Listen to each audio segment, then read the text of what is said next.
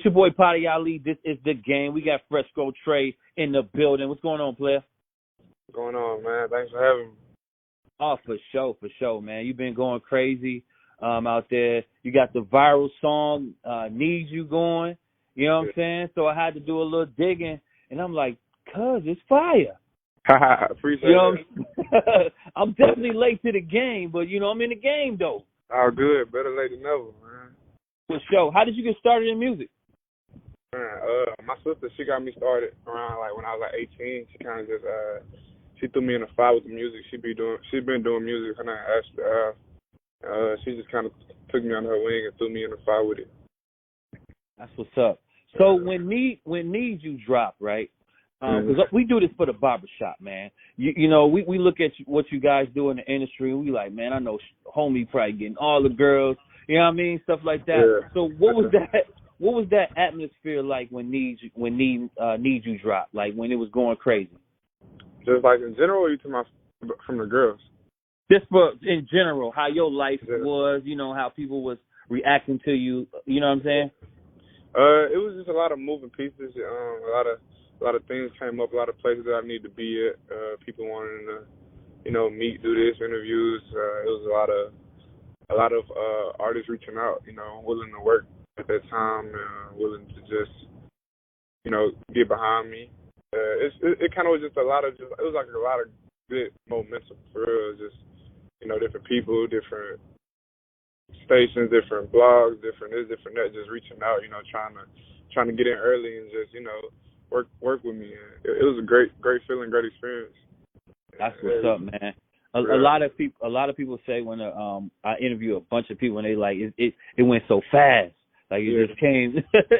Yeah, exactly. It really was fast. It was just it was one of the things that was happening before the song came out because they already knew what the song was gonna do when the snippet was out. So a lot of stuff was happening before it even came out. So it was fast. Okay, that's what's up, brother. So when you got signed to Warner, right? You got to deal with Warner. How was that process? It was a long waited out process.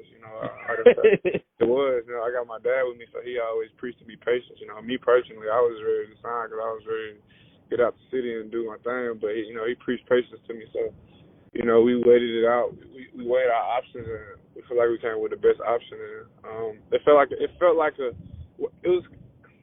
it was crazy because before I signed is when I felt like I accomplished something. When I signed, it felt like okay, it's just time to get to work. But in the process of going through all the labels and stuff, that's when I really felt the most accomplished. Right. I guess it's because you just saw you just created a buzz. FOMO for me, and it's that was kind of just dang, that was that's when I felt like I was the most accomplished. But when I did sign, that's when it felt like it was just time to put in more work. It really wasn't a celebration when I signed. I didn't have a big celebration when we popped champagne bottles and all like that. It was just kind of I signed and then went to the studio. It's just time to put in more work. So that's crazy, man. Because I'm sitting here and I'm listening to your music. You more than just a rapper, bro. It's like this dude has got everything. You know what I mean?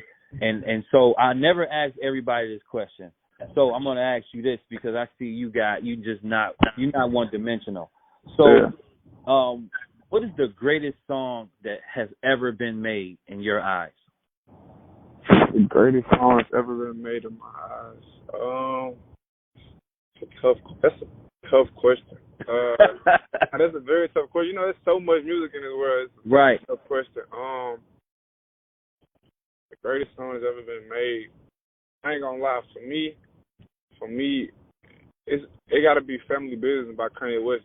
And the reason I say that is because it's not about vocal. For me personally, I've never been a person that just really cared about how good somebody can sing or how perfect somebody can hit a note.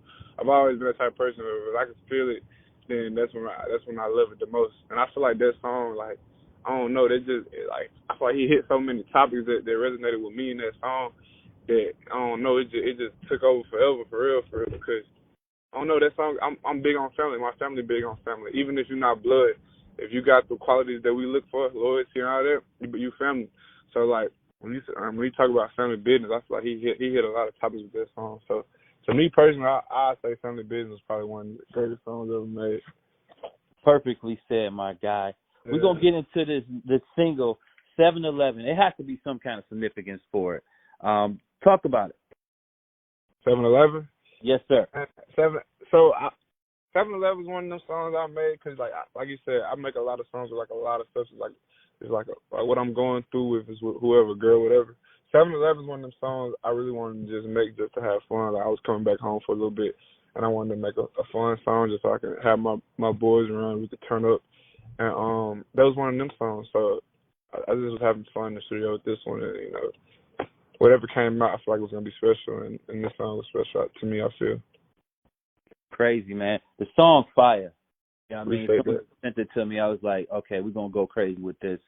Coming from Memphis, man, with the tragic death of Dolph, is the atmosphere changing a little bit? Is it getting better in the city? Yeah. I'm not gonna lie. Since that, I haven't really been in the city too much. But I feel like it is like slowly getting better. I know it was dark for a long time over the city when that happened, but I do feel like it's getting better. But like I said, I really haven't been in the city that much. I live in California now, but I come back here and there to see family, but I'm not here too much. That's what's up, brother. We're gonna get into some real. We're gonna get into some other stuff, right? You know, that was dark. Had to get that out the way.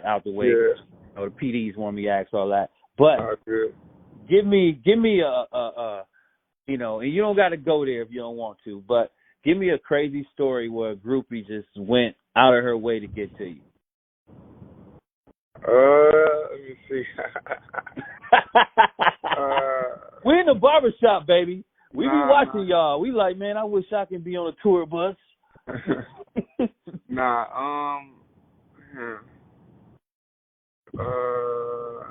me think. You can plead the fifth. Nah. I'm good. It's all good. Like okay. I said, my whole image with this music thing is to be honest, man. So hopefully somebody. Yes, let us know, baby. You know, I feel like the craziest thing that has happened was.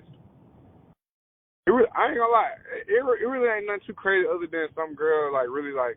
It was crazy to me because I never had this happen to me. But like, it was this one time this girl.